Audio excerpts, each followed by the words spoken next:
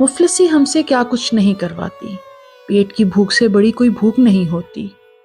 ہم ایسی بہت سی باتیں سنتے ہیں، لیکن جو اصل انسان ہے وہ چاہے گناہ میں کتنا ہی کیوں نہ لتھڑ جائے، لیکن کسی کی محبت کا بھرا رویہ، اس کا کیا گیا احسان ہمیں یہ احساس ضرور دلاتا ہے کہ ہم بھی ایک انسان ہیں جو صرف پیٹ کی بھوک نہیں رکھتا بلکہ محبت، چاہت اور فکر کی بھوک بھی رکھتا ہے۔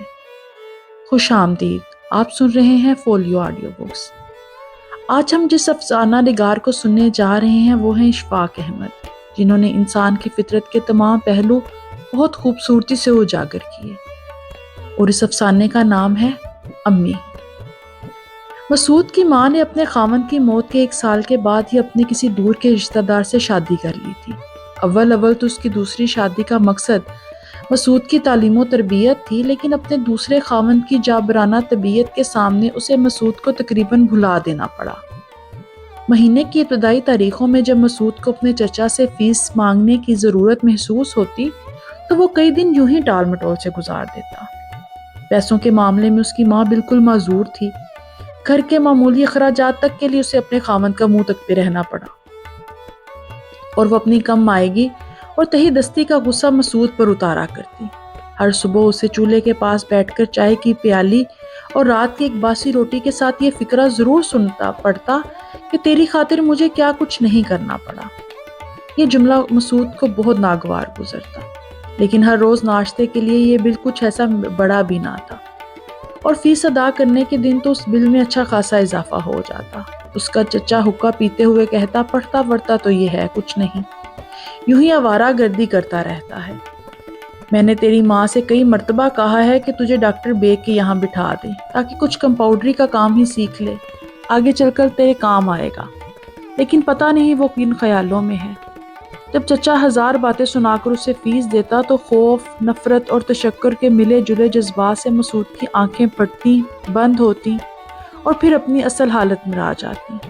وہ نوٹ اپنی مٹھی میں دبا کر ماں کو بتانے دوسرے کمرے کی طرف چل پڑتا، اور اس کا چچا اپنے کمرے میں ہی حقہ بجاتے ہوئے ہانک لگاتا، فیس دے دی ہے تمہارے شہزادے کو، ڈپٹی صاحب کو۔ یہ سنتے ہی مسعود ایک دم رک جاتا، اور جی میں اپنی ماں کو ایک گندی سی گالی دے کر وہ اپنے الٹے پاؤں اپنی کوٹھی میں جا کر بستہ باندھنے لگتا۔ چچا جیسے بےہودہ آدمی سے شادی کر کے اس کی ماں اس کی نگاہوں میں بالکل گر چکی تھی، اور وہ چچا کی تان امیز باتوں کا بدلہ ہمیشہ اپنی ماں کو گالی دے کر چکایا کرتا۔ 8ویں جماعت کے سالانہ امتحان سے پہلے اس کے یہاں ایک چھوٹا بھائی پیدا ہوا، جس کا نام اس کی ماں کے اصرار کے باوجود مقصود کی بجائے نصر اللہ رکھا گیا۔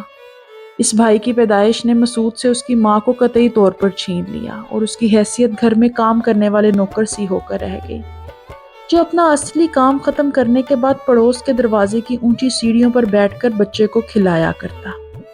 نصر اللہ کی آمد کے دن سے مسعود کا چچا دن میں 12 ڈاکٹر بیگ کا وظیفہ کرنے لگا، اور مسعود کی ماں سے تقاضا کرتا رہا کہ چونکہ اب نصر اللہ ہو گیا ہے اس کے اخراجات بھی ہوں گے، اس لیے مسعود کو سکول سے اٹھا کر ڈاکٹر کے ہاں بٹھا دینا چاہیے، لیکن اس کی ماں نہ مانی اور سلسلہ یوں ہی چلتا رہا۔ یہ ان دنوں کی بات ہے جب مسعود کے سکول میں ایک نیا لڑکا گلریز آیا۔ وہ اپنی بیوہ امی کا ایک ہی لڑکا تھا اور مسعود کا ہم جماعت تھا۔ جماعت بھر میں مسعود کی دوستی صرف گلریز سے تھی۔ دونوں کو ننھی ننھی ٹوکریاں بنانے کا خواب تھا۔ پڑھائی کے دوران میں بھی اگر کبھی انہیں فرصت کے چند لمحات ملتے تو وہ سائنس روم کے دروازوں سے چمٹی ہوئی عشق پیچا کی بیلوں سے اد سوکھی لمبی لمبی رگیں توڑتے اور کھیل کے میدان میں ہری ہری گھاس پر ٹوکریاں بنانے لگتے، جس میں گلاب کا ایک پھول یا چنبیلی کی چند کلیاں مشکل سے سما سکتی۔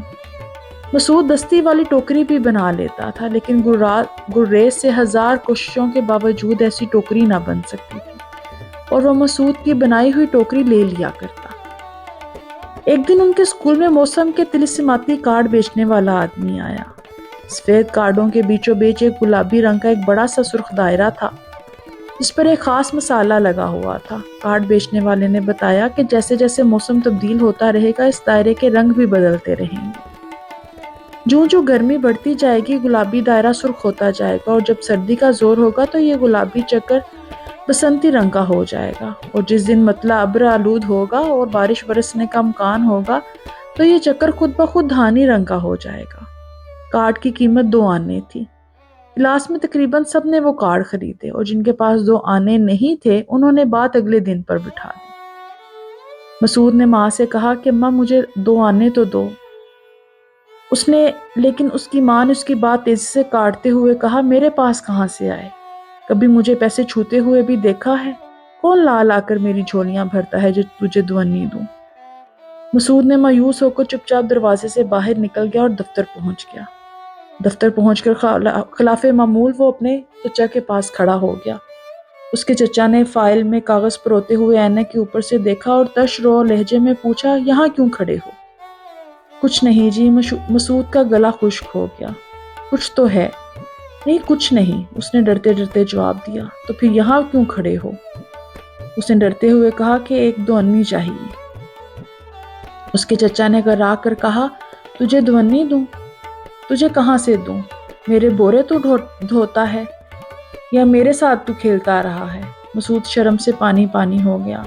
مسعود اپنے چچا کو اسی طرح زور زور سے بولتے ہوئے چھوڑ کر کمرے سے باہر نکل گیا اور راستے پر مسعود کو ایسی ہی آوازیں آتی رہیں۔ اسے جیسے محسوس ہو رہا تھا گویا اس کے ٹخنوں کے درمیان چھوٹا سا گرامو فون لگا ہوا ہو اور جس کا ریکارڈ اس کی رفتار کے مطابق گھومتا ہو۔ مسعود نے سڑک کے کنارے تیزی سے بھاگنا شروع کر دیا اور ریکارڈ نے اونچے اونچے بجنے لگا۔ تجھے پیسے دوں؟ تجھے پیسے دوں؟ تم میرے بورے ڈھوتا ہے۔ مسعود نے گھبرا کر راہ چلتے لوگوں کو غور سے دیکھا کہ کیا وہ بھی یہ سن رہے ہیں، اور وہ پھر اپنی رفتار بالکل سست کر دی۔ گرامو فون کی چابی ختم ہو گئی اور ریکارڈ سسکنے لگا۔ تجھے پیسے دوں؟ تجھے پیسے دوں؟ اسکول بند ہونے پر گلریز نے خود ہی اسے اپنے گھر آنے کی دعوت دی کہ طلسماتی کارڈ اپنے کمرے میں لٹکا کر اور ساری دروازے بند کر کے دیکھیں گے کہ گرمی سے دائرہ سرخ ہوتا ہے کہ نہیں۔ یہ تجسس مسعود کو کشا کشا اس کے گھر لے گیا۔ گول گول غلام گردش والے برآمدے کے ایک کونے میں سفید رنگ کی ساڑی باندھے اور دھیڑ عمر کی ایک دبلی سی خاتون جالی کے دروازے کو دھاگے سے ٹانگ رہی تھی۔ اس کا سر ننگا تھا اور کندھوں پر سلیٹی رنگ کی بنی ہوئی ایک اونی شال پڑی تھی۔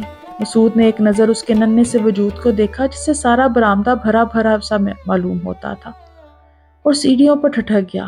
اسے اس طرح دم بخود دیکھ کر گلریز نے بے تکلفی سے بستہ چارپائی پر پھینک کر کہا آؤ اندر آؤ، اور پھر سیمنٹ کے فرش پر تیزی سے اپنے بوٹ گھسیٹتا وہ اس عورت کے پاس جا کھڑا ہوا اور چلانے لگا امی امی میں نے ایک چیز خریدی ہے، ایک نئی چیز، ایک جادو کا کارڈ، دیکھو امی۔ اور اس کی امی نے گردن موڑ کر اور کارڈ ہاتھ میں لے کر کہا اچھا ہے، بہت اچھا ہے۔ پھر اس کی نگاہیں برآمدے میں رینگتے ہوئے اس لڑکے پر پڑی جس نے ٹخنوں سے اونچی میلی شلوار پہن رکھی تھی اور جس کی خاکی کینوس کے جوتوں سے اس کی انگلیاں باہر جھانک رہی تھی۔ گلریز نے شرماتے ہوئے کہا یہ میرا دوست مسعود ہے امی، یہ میرے ساتھ پڑھتا ہے اور یہ میرے ساتھ اس کارڈ کا رنگ بدلتے ہوئے دیکھنے آیا ہے۔ امی اٹھ کھڑی ہو گئی اور اس نے غور سے مسعود کو دیکھا۔ خوش آمدید کی مسکراہٹ اس کے چہرے پر پھیل گئی اور وہ بڑے پیار سے بولی تم نے کارڈ نہیں خریدا مسعود؟ اور مسعود کو یوں محسوس ہوا جیسے وہ اس کی برسوں سے واقف ہو۔ مسعود اس کے صحن میں کھیل کر ہی اتنا بڑا ہوا ہو اور وہ مسعود کو لمبی لمبی کہانیاں سنا کر راحت کہا کرتی رہی ہو اب تم سو جاؤ۔ گلریز نے اپنے کارڈ کے دائرے پر فخر سے انگلی پھیرتے ہوئے کہا اس نے نہیں خریدا امی، اس کے پاس پیسے نہیں تھے، اس کے پاس کبھی بھی پیسے نہیں ہوئے۔ امی نے کہا تو کیسا دوست ہے کہ اس نے نہیں خریدا تو تو نے 2 کارڈ کیوں نہ خرید لیے، تیرے پاس تو پیسے تھے۔ گلریز نے گھبرا کر کہا باقی پیسوں سے تو میں نے برفی کھا لی تھی اور ایک آنے کی پینسل خرید لی تھی۔ امی نے کہا تو تجھے اپنے دوست سے زیادہ برفی پیاری تھی؟ نہیں امی، وہ شرمندہ ہوا اور اپنے دوست کا ہاتھ پکڑ کر سیدھا کمرے میں لے گیا۔ امی سے یہ اس کی پہلی ملاقات تھی جب اسے پھلوں اور بسکٹوں والی چائے پلا کر گھر کے دروازے تک چھوڑنے آئیں تو باورچی خانے سے چرائی ہوئی چونی مسعود کی جیب میں انگارے کی طرح دہکنے لگی اور وہ جلدی سے سلام کر کے ان کے گھر سے باہر نکل گیا۔ اس دن کے بعد سے امی نے اسے اپنا بیٹا بنا لیا اور وہ سارا دن ان کے گھر رہنے لگا۔ تقسیم کے بعد جہاں سب لوگ تتر بتر ہوئے وہاں امی اور مسعود بھی بچھڑ گئے اور پورے 3 سال بعد ان کی ملاقات عید کارڈ کی دکان پر ہوئی تھی جو وہ اپنے دفتر کے صاحب کے لیے عید کارڈ خرید رہا تھا اور امی گلریز کے لیے۔ گلریز پڑھنے کے لیے انگلینڈ جا چکا تھا اور اس کی بہن جسے وہ دونوں دیدی کہتے تھے ایم اے کر چکی تھی۔ امی نے اسے دوبارہ گھر آنے کا کہا، اسی شفقت سے، اسی محبت سے کہا کہ ان کے ساتھ آ کر عید منائے۔ مسعود نے اپنی کوٹھری تو نہیں چھوڑی تھی، لیکن وہ دفتر کے بعد تقریباً سارا وقت امی کے یہاں گزارنے لگا۔ دیدی نے ایم اے کا امتحان دے دیا تھا اور وہ پہلے سے زیادہ کہیں متکبر ہو گئی تھی۔ اس نے کئی مرتبہ مسعود سے اس کی ماں اور چچا کے بارے میں پوچھا، لیکن اس نے کبھی بھی خاطر خواہ جواب نہ دیا، اتنا کہہ کر خاموش ہو جاتا کہ یہیں کہیں رہتے ہیں، مجھے علم نہیں۔ دفتر سے فارغ ہو کر مسعود سیدھا امی کے یہاں پہنچتا اور رات کو دیر تک ادھر ادھر کی بے معنی گپیں ہانکتا۔ دیدی کوئی کتاب پڑھے ہی ہوتی تو وہ 2-3 مرتبہ تیز تیز نگاہوں سے امی اور مسعود کو گھورتی اور پھر ٹھپ سے کتاب بند کر کے اندر کمرے میں چلی جاتی۔ جب دیدی مسعود کی پہنچ سے باہر ہو جاتی تو وہ زور سے کہہ لگا کر اس کی پڑھائی میں مخل ہونے لگتا۔ امی کو پتا تھا کہ وہ جان بوجھ کر اس کو تنگ کرتا ہے، لیکن اس نے کبھی بھی مسعود کو منع نہیں کیا۔ ایک رات جب اسے باتیں کرتے کرتے کافی دیر ہو گئی تو امی نے کہا، اب یہیں پر سو جاؤ، اس وقت اتنی دور کہاں جاؤ گے؟ تو مسعود وہیں پہ سو گیا۔ اس رات کے بعد سے وہ مستقل طور پر اسی کے ساتھ اسی گھر میں رہنے لگا۔ چچا کی بخیل فطرت اور ماں کی لاپرواہی اس کی آزادانہ زندگی پر ایک عجیب طرح سے اثر انداز ہوئی۔ وہ پہلے جس قدر گمسم رہتا تھا اب اسی قدر ہنسوڑ ہو گیا تھا۔ وہ اپنے بچپن کی غریبی کا مداوع کرنے کے لیے جوا کھیلنا شروع کر دیا۔ پہلی تاریخ کو تنخواہ ملتے ہی وہ تنگو تاریخ کوچوں میں سے گزرتا ہوا اس اندھی گلی میں پہنچ جاتا۔ امی کو پتا تھا کہ مسعود نوکر ہو کر بڑا ہی زندہ دل اور چست ہو گیا ہے، لیکن اس بات کا اسے علم نہ تھا کہ پتے کھیلتے ہوئے اس کی انگلیاں بھی کینچی کی طرح چلنے لگتی ہیں۔ ہر مہینے کی پہلی تاریخ کو امی اس کا بستر بچھا کر آدھی رات تک اس کا انتظار کرتے کرتے سوچا کرتی کہ گلریز بھی یوں ہی آوارہ گردی کرتا ہوگا اور اس کی لینڈ لیڈی اس کا انتظار اسی طرح کیا کرتی ہوگی۔ پھر مسعود اور گلریز آپس میں گڈ مڈ ہو جاتے، امی اور لینڈ لیڈی ایک دوسرے میں مدغم ہو جاتی اور شفقت لاؤبالی کا انتظار کرنے لگتی۔ دیدی اپنے بستر پر ایک دو مصنوعی کروٹیں بدل کر آتش بار نظروں سے ماں کو گھورتی اور پھر منہ دوسری طرف کر کے دم سادھ لیتی۔ مسعود جب پھاٹک کے قریب پہنچتا تو پنجوں کے بل چلنے لگتا، شور مچانے والے پٹ کو آہستہ سے دھکیلتا اور پھر اندر داخل ہو کر اسے اسی طرح بند کرنے لگتا کہ امی پکار کر پوچھتی، کہاں سے آئے ہو؟ کہیں سے نہیں امی، وہ سہم جاتا، نہر پر ذرا دوستوں کے ساتھ گپے مار رہا تھا۔ یہ تمہارے کون سے ایسے دوست ہیں، ذرا میں بھی تو دیکھوں۔ میرے دفتر کے ساتھی ہیں امی۔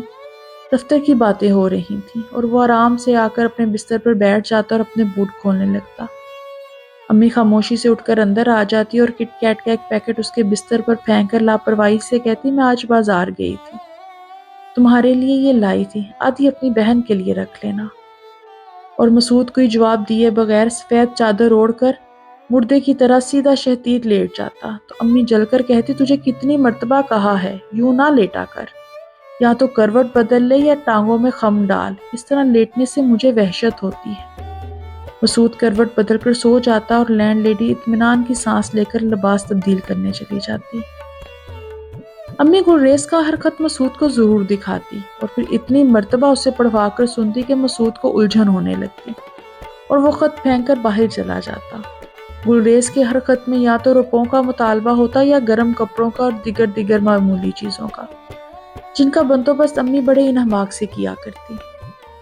ایک بار مسعود نے ڈاک میں پارسل جمع کرانے کی بجائے اسے کھولا اور گرم کپڑے نکال کر بیچ دیے اور ان پیسوں کا جوا کھیل لیا۔ ایک دن جب دیدی کے ڈریسنگ ٹیبل سے 25 روپے گم ہو گئے تو اس نے آسمان سر پر اٹھا لیا۔ اس نے بلا سوچے سمجھے امی سے کہہ دیا کہ یہ کارستانی مسعود کی ہے۔ امی بجائے خفا ہونے کے رو کر کہنے لگی، آج تو مسعود پر الزام دھرتی ہے، کل مجھے چور بتائے گی، وہ بھلا تیرے پیسوں کا بھوکا ہے۔ لیکن دیدی نہ مانی اور ماں بیٹی میں خوب تکرار ہوئی۔ شام کو نہ امی نے کھانا کھایا اور نہ دیدی نے، لیکن اس رات مسعود کا پانسا بھاری رہا اور اس نے اپنے ساتھیوں کو بھی نان کباب کھلائے۔ گلریز کا خط آ گیا تھا کہ اسے پارسل نہیں ملا۔ ڈاک خانے میں پوچھ گچھ ہوئی، رسید کی ڈھنڈیا پڑی، لیکن نہ رسید ملی نہ پارسل کا پتہ چلا۔ امی ڈاک خانے کو رو پیٹ کر خاموش ہو رہی، لیکن اس مرتبہ نہ تو اس نے گلریز کا خط مسعود کو دکھایا نہ ہی اسے پڑھوا کر سنا۔ اس نئے رویے نے مسعود کو یوں ہی تجسس میں ڈال دیا۔ اس نے ایک دو مرتبہ امی سے خط کے بارے میں پوچھا بھی، لیکن وہ یہی کہہ کر خاموش ہو گئی کہ میں کہیں ڈال کر بھول گئی ہوں۔ خط گھر میں ہی تو تھا، جاتا کہاں؟ مسعود کی تفتیش نے اسے امی کے میز سے ڈھونڈ نکالا۔ گلریز نے لکھا تھا، پارسل مجھے نہیں ملا، پتہ نہیں کیا بات ہے، یہاں سردی بڑھتی جا رہی ہے اور میں سخت پریشان ہوں۔ لیکن سب سے بڑی پریشانی روپے کی ہے۔ مجھے نئی کلاس میں داخلہ لینا ہے جس کے لیے مجھے کم از کم 2000 روپوں کی ضرورت ہوگی۔ لیکن امی تم یہ 2000 کہاں سے دو گی؟ مجھے علم ہے تمہارے پاس اب کچھ نہیں رہا، پر میں کروں بھی تو کیا؟ تعلیم ادھوری چھوڑ کر ایک ہی ڈگری لے کر آ جاؤں۔ شام کو وہ معمول سے پہلے گھر پہنچ گیا۔ پھاٹک پر ٹانگا کھڑا تھا، دیدی کہیں باہر گئی ہوئی تھی اور امی اندر اپنے کمرے میں نہ جانے کیا کر رہی تھی۔ مسعود نے دروازے کی اوٹ میں کھڑا ہو کر دیکھا کہ امی اپنے بڑے سیاہ ٹرنک سے زیور نکال نکال کر اسے حسرت سے دیکھ رہی ہے اور پھر اپنے پرس میں ڈالے جاتی۔ ٹرنک بند کر کے اس نے ادھر ادھر دیکھا اور اپنی بائیں ہاتھ کی انگلی سے سنہری انگوٹھی اتار کر بھی اسی پرس میں ڈال لی۔ جب وہ اٹھ کر چلنے لگی تو مسعود نے اندر داخل ہوتے ہوئے کہا، کہاں جا رہی ہیں؟ امی گھبرا گئی، جلدی سے کہتی، کہیں کام سے جا رہی ہوں۔ وہ چلی گئی۔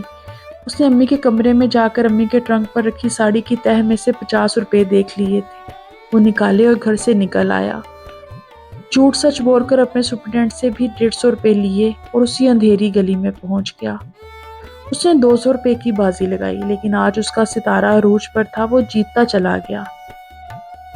دیدی بستر پر بے معنی سی کروٹیں بدل رہی تھی اور اس کے قریب آرام کرسی پر دراز امی چپ چاپ بیٹھی تھی۔ اس کے سامنے تپائی تھی جس پر مسعود چائے پی کر گیا تھا اور اب اس تپائی پر امی کا پرس اور کٹ کیٹ کا ایک پیکٹ پڑا تھا۔ دیدی جاگتے میں بڑبڑا رہی تھی اور امی خاموشی سے اس کے ٹوٹے پھوٹے الفاظ سن رہی تھی۔ اس نے چور آنکھوں سے دروازے کی طرف دیکھا اور ہولے سے کہا، ابھی تک آیا نہیں، پتہ نہیں کیا وجہ ہے۔ پھر اس نے کٹ کیٹ کے پیکٹ کو انگلی سے دبا کر دیکھا جو گرمی کی وجہ سے ذرا لجلجا ہو گیا تھا۔ ٹھنڈے پانی کا ایک گلاس لا کر امی نے کٹ کیٹ کے پیکٹ پر چھڑکا اور پھر کرسی پر دراز ہو گئی۔ دیدی نے قہر آلود نگاہوں سے امی کو دیکھا اور پھر کروٹ بدل لی۔ بازی ختم ہو گئی اور مسعود نے 210 روپے اٹھا کر اپنے نوٹوں میں شامل کر لیے۔ اس نے 1800 روپے جیت لیے تھے۔ مسعود خاموشی سے چل دیا۔ گلی سے گزرتے اس نے تازہ ہوا میں ایک لمبا سانس لیا اور اندھیرے کی گود میں مڑتی ہوئی بے جان گلی کو دور تک محسوس کیا۔ پھر وہ اپنے گرے بان کے بٹن کھولتے ہوئے آہستہ آہستہ چلنے لگا اور سوچنے لگا کہ یہ اب کل 1800 ہوئے۔ گلریز نے 2000 مانگے ہیں، باقی 200 کا بندوبست کیسے ہوگا؟ ابھی وہ باقی 200 کے متعلق سوچ ہی رہا تھا کہ کسی نے اس کے گلے میں صافہ ڈال کر اسے زمین پر گرایا۔ گرتے ہی ایک تیز دھار چاقو کا ایک لمبا پھل اس کے سینے میں گزر کر دل میں اتر گیا۔ وہ وہی تھے جن کے ساتھ وہ ابھی تک کھیل رہا تھا، اور جب وہ نوٹ نکالنے کو جھکا تو گلی کے دہانے پر سپاہی سیٹیاں بجانے لگے اور وہ لوگ مسعود کو یوں ہی چھوڑ کر بھاگ گئے۔ مسعود نے زور لگا کر چاقو باہر نکالا اور اسے پرے پھینکا۔ پھر اس نے خون آلود نوٹوں کی گڈی جیب سے نکالی اور اٹھنے کی کوشش کی، مگر وہ اٹھ نہ سکا۔ پیٹ کے بل لیٹ کر اس نے نوٹ دائیں ہاتھ میں پکڑ لیے اور اپنا ہاتھ آگے پھیلا دیا۔ مٹھی میں پکڑے نوٹوں کو دیکھنے کی ناکام کوشش کرتے ہوئے اس نے کہا، امی۔ لہو کی آخری بوند زمین پر گری اور اس کی مٹھی ڈھیلی ہو گئی۔ اس نے ٹھنڈے پانی میں انگلی ڈبو کر ایک قطرہ کٹ کیٹ پر ٹپکاتے ہوئے اپنے آپ سے کہا، ابھی تک نہیں آیا۔ کیسا لگا آپ کو یہ افسانہ؟ اپنی رائے ضرور دیجیے گا اور چینل کو سبسکرائب بھی۔